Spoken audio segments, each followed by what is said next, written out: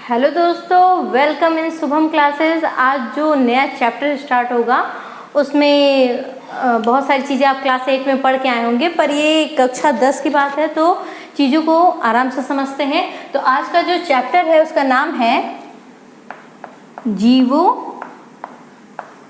में जनन, कह सकते हैं, या जीव जनन। तो सबसे पहले अगर हम बात जानते हैं तो जनन क्या होता है, ठीक है। क्या जान जाते हैं, जनन क्या होता है। तो जनन क्या होता है, पुरानी कोशिकाओं से नई कोशिकाओं का बनना ही जनन कहलाता है। अर्थात पुराने जीवों द्वारा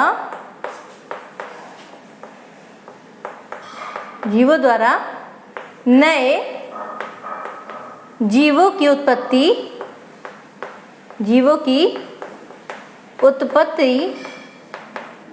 क्या कहलाती है, जनन कहलाता है, जनन कहलाता है, ठीक है। मतलब पुराने जीव जो होंगे वो नए जीवों की उत्पत्ति करेंगे, उसको हम लोग क्या कह देंगे, जनन कहेंगे।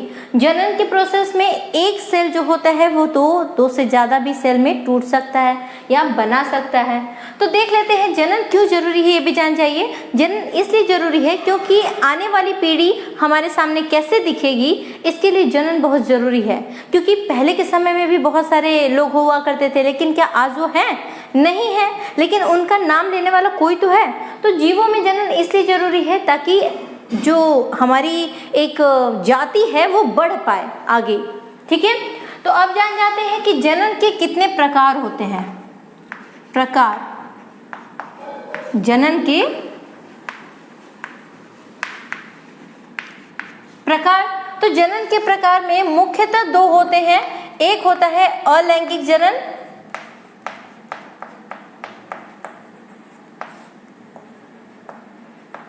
और दूसरा जो होता है वो होता है लैंगिक जनन, ठीक है। तो अब देखिए हम लोग अलैंगिक जनन के बारे में जान जाते हैं कि अलैंगिक जनन होता क्या है। तो देखिए अलैंगिक जनन, देखिए दोस्तों समझ जाते हैं। अलैंगिक जनन जो होता है उसमें सिर्फ और सिर्फ एक माता या पिता किसी एक की जरूरत होती है, ठीक है। दोनों पेरेंट्स की जरूरत नहीं होती है। दोनों जो है दोनों यहाँ पे दोनों पेरेंट्स की जरूरत नहीं होती है, मतलब कि मेल या फीमेल किसी एक की जरूरत होती है, ठीक है। दूसरी बात, किसी लिख देते हैं, किसी एक की आवश्यकता होती है, आवश्यकता होती है। वो नर भी हो सकता है या मादा भी हो सकती है। दूसरी बात कि अलैंगिक जनन में सेम टू सेम कॉपी बनती है, मतलब प्रतिरूप तैयार होता है। क्या होता है, प्रतिरूप मिलता है।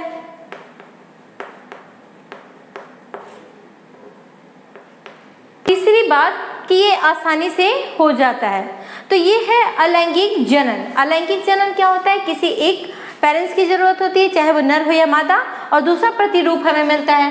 अब देख लेते हैं कि अलैंगिक जनन कितने प्रकार का होता है।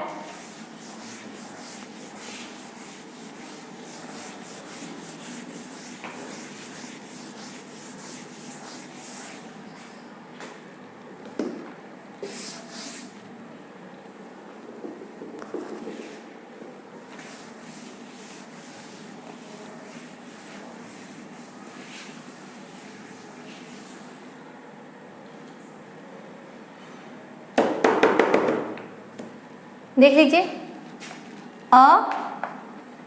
अलैंगिक जनन। देखिए अलैंगिक जनन जो होता है कितने प्रकार का होता है, यहाँ पे समझ लेते हैं। पहला जो होता है उसको हम लोग बोलते हैं विखंडन। विखंडन, अब देखिए यहाँ समझाते जाते हैं, प्रोसेस लिखते हैं आपका। विखंडन क्या होता है,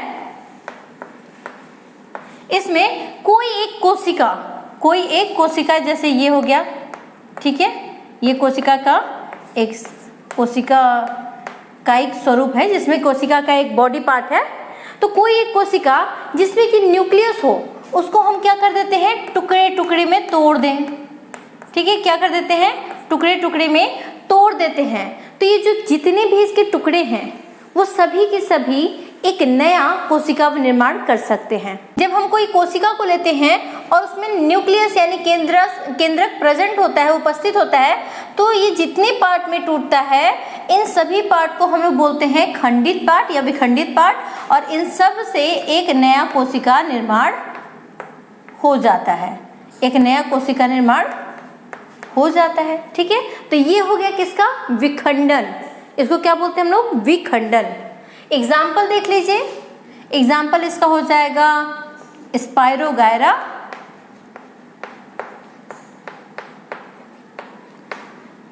ये जो है एक सवाल है। तो इसको अगर हम टुकड़ों में तोड़ेंगे तो ये कई पार्ट बना लेगा वापस इन सवाल का। दूसरा अगर हम लोग देख लेते हैं तो खंडन। अभी खंडन दो प्रकार का हो सकता है, एक हो सकता है द्विखंडन और दूसरा हो सकता है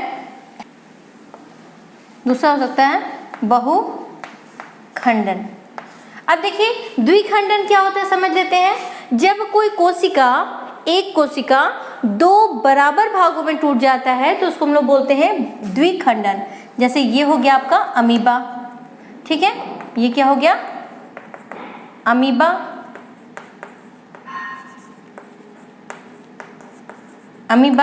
ये क्या हुआ, धीरे धीरे यहाँ से ये सेल वॉल क्या हो गया, सिकुड़ने लगा भी इससे, और ये जो न्यूक्लियस है ये दो भाग में धीरे धीरे दो इक्वल भाग में टूट गया, ठीक है। ये क्या हो गया, नया दो भाग बना लिया। तो इस प्रोसेस को, इस जो पूरे प्रक्रिया है इसको हम लोग बोल देंगे द्विखंडन। क्या बोल देंगे, द्विखंडन।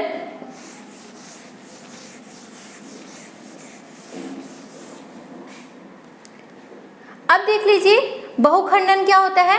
बहुखंडन में कोई एक कोशिका होगा, ठीक है, कोई एक कोशिका होगा, उसमें ढेर सारा कोई एक जो होगा कोशिका का पूरा गुच्छा होगा जहाँ पे ढेर सारे ये बीजाणु भरे होते हैं, ठीक है। इसमें प्रत्येक में केंद्रक होता है, और जैसे ही कोई फेवरेबल यानी जैसे ही कोई इनके लिए अनुकूलित वातावरण मिलता है, कोई अनुकूलित वातावरण मिलता है, ये क्या होते हैं, ये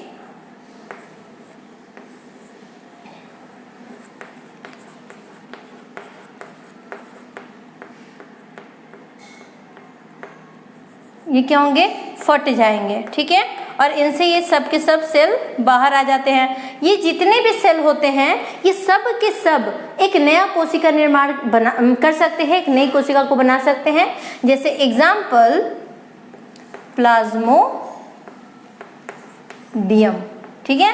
प्लाज्मोडियम जो है वो एक ऐसा प्रोटोजोआ है जो कि मच्छर के मुंह में मिलता है, और आप जानते हैं इसके जरिए मलेरिया हो जाता है। तो ये हो गई बहुखंडन की बात। हाँ, तो ये देख लिया हम लोगों ने किसका, खंडन। देख लेते हैं खंडन के बाद क्या आता है। एक आता है खंडन के बाद अगर हम लोग बात करते हैं तो मुकुलन। क्या आता है, मुकुलन। देख लीजिए मुकुलन क्या है। मुकुलन वह प्रक्रिया है जिसमें कोशिका के ऊपर यानी कोशिका के बाहर छोटे छोटे प्रवर्धन निकलने लगते हैं। जैसे कि ये एक सेल है, ठीक है, अब इसके ऊपर एक सेल बन गया, इसके ऊपर एक सेल बन गया, इसी को बोलते हैं मुकुल। क्या बोलते हैं, मुकुल। और ये किसी कंडीशन, किसी भी अवस्था में अगर ये बड़े वाले कोशिका से अलग हो जाता है तो ये जितने भी कोशिकाएं हैं ये एक नई कोशिका बनाने के लिए जो है कि अनुकूलित होंगी। तो इसी चीज को हम लोग बोलते हैं मुकुलन। एग्जाम्पल अगर देखें, उदाहरण देखें, तो इसका उदाहरण जो हो जाएगा, उदाहरण में आप ले लेंगे ईस्ट। क्या ले लेंगे? ईस्ट। तो समझ जाइए कि मुकुलन वह प्रक्रिया है जिसमें कि एक कोशिका के ऊपर बाहर, कोशिका के बाहर या उसके ऊपर नए छोटे छोटे प्रवर्धन निकलने लगते हैं, यानी मुकुल निकलने लगते हैं, और ये मुकुल आगे चल के एक नई कोशिका का निर्माण करते हैं। नेक्स्ट अगर हम देखें तो पुनरुद्भवन।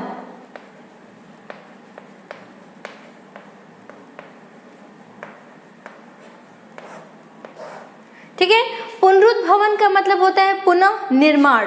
ठीक है, तो अगर पुनर्निर्माण मतलब कुछ कोशिकाएं ऐसी होती हैं जिनको अगर हम कई पार्ट में तोड़ दें तो प्रत्येक पार्ट एक नई कोशिका बना लेती है। जैसे कि ये प्लेनेरिया एक एग्जाम्पल है। ठीक है, ये प्लेनेरिया है। इस प्लेनेरिया को हम तीन पार्ट में तोड़ देते हैं, तो ये तीनों के तीनों पार्ट आगे चल के एक नए प्लेनेरिया को बना लेते हैं, यानी तीन प्लेनेरिया तैयार हो जाते हैं। इसी को हम लोग बोलते हैं पुनरुद्भवन। ठीक है, तो कुछ कोशिकाओं में पुनरुद्भवन की क्षमता होती है जिससे कि वो नई कोशिका का निर्माण कर सकते हैं।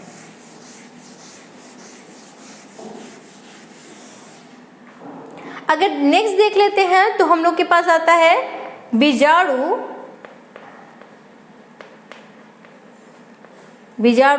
समासग। देखिए, बीजाणु समासग में क्या होता है कि एक बीजाणु धानी होती है, यानी ये एक प्लांट है जिसमें कि ये बीजाणु धानी है। ठीक है, इन पे जो होते हैं ढेर सारे बीजाणु लगे होते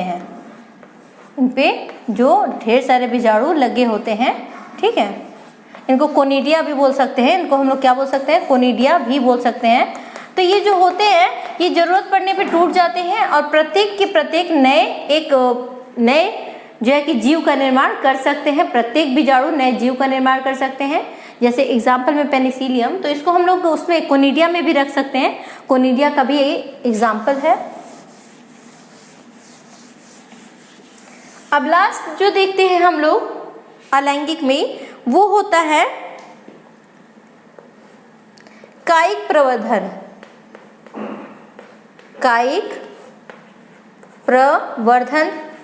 देखिए, कायिक प्रवर्धन जो होता है, कायिक प्रवर्धन भी दो प्रकार का हो सकता है। एक हो सकता है आपका, एक कायिक प्रवर्धन जो होगा वो प्राकृतिक होगा, और दूसरा कायिक प्रवर्धन जो हम लेंगे वो हम लोग लेंगे कृत्रिम।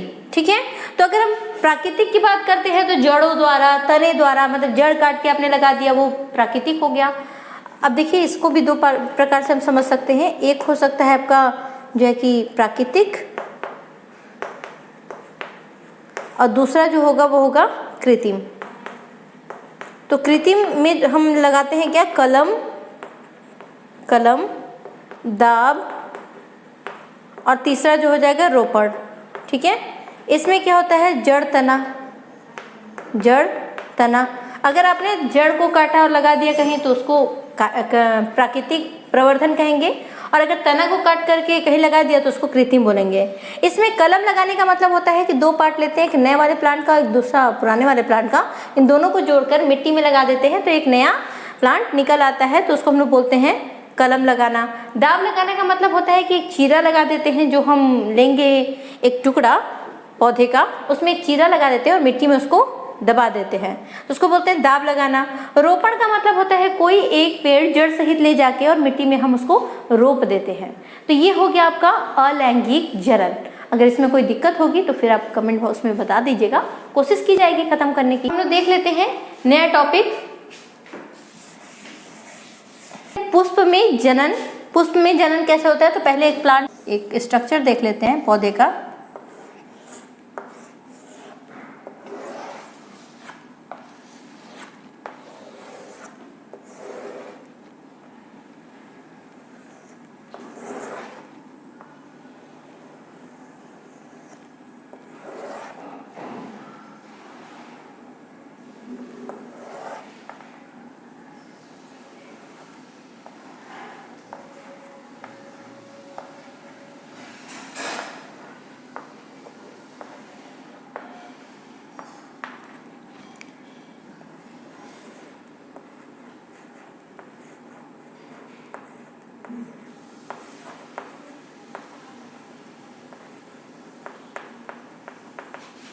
देखिए ये जो इसको बोलते हैं वर्तिका, वर्तिकाग्र, ठीक है, वर्तिकाग्र।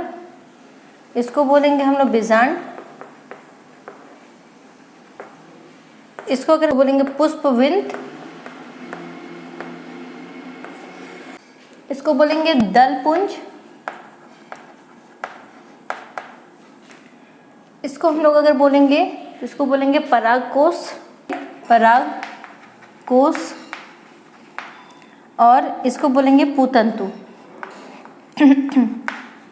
देखिए अब ये अगर आप देखें तो एक पुष्प की संरचना है। मैंने अब इसके बाद लैंगिक जनन बताना है, इसलिए मैंने पहले एक फूल का एक जो पुष्प का एक फिगर बनाया जिससे कि आपको समझ में आए कि चाहे वो प्लांट की बात करते हैं चाहे वो एनिमल की बात करते हैं, कैसे इसमें लैंगिक जनन होगा। तो देख लेते हैं। पहले इसको परागकोश बोलते हैं क्योंकि देखिए इसमें 4 चीजें होती हैं। 4 चीजें कौन कौन सी होती हैं? जायांग, पुमंग या पुंकेसर भी बोल सकते हैं, ठीक है। इसको स्त्री केसर बोल सकते हैं। उसको हम लोग बोलेंगे दलपुंज। और लास्ट होता है बाह्य दलपुंज। देखिए ये दोनों तो बेकार है, अगर इनको निकाल दिया जाए तो कोई फर्क नहीं पड़ता है पौधे में, लेकिन ये दोनों बहुत इंपॉर्टेंट है किसके लिए? लैंगिक जनन के लिए। जायांग जो होता है वो स्त्री केसर यानी स्त्री जननांग बोल सकते हैं इसमें, और पुमंग मतलब पुंकेसर यानी नर जननांग पौधे के बोल सकते हैं। तो ये जो होता है इसमें बहुत सारे प्रोसेस होते हैं। जितने भी इनकी प्रक्रियाएं हैं हम अगली क्लास में समझेंगे और उनको अगले क्लास में समझेंगे। और अगर कोई दिक्कत होती है तो आप क्लासेस को कंटिन्यू देखिए, आपको पूरा चैप्टर समझ में आएगा। एक पार्ट और इसका बनेगा जिसमें कि ये चैप्टर कंप्लीट हो जाएगा। आपको इसमें ज़्यादा कुछ पढ़ना नहीं है। पढ़ना क्या है? लैंगिक जनन, पहले पढ़ना है अलैंगिक, दूसरी बात पढ़नी है लैंगिक किसे कहते हैं, फिर हम लोग को पढ़ना है निषेचन, और फिर इसमें नर थोड़ा सा जानना है बस, नर और मादा जनन अंग को जानना है, थोड़ा बहुत जानना है, बहुत ज़्यादा डीपली तो 12th में जानेंगे। और लास्ट में जो है थोड़ा सा फैमिली प्लानिंग जाना है कि परिवार नियोजन कैसे होता है। बस यही सारी चीज़ें जानना है। नेक्स्ट जब भी क्लास हम बनाते हैं तो नेक्स्ट क्लास में हम इन सभी चीज़ों को डिस्कशन करेंगे, और तब तक के लिए आप पढ़ते रहिए। और अगर नए हैं तो सब्सक्राइब कर दीजिएगा, पुराने हैं तो लाइक और शेयर करिएगा।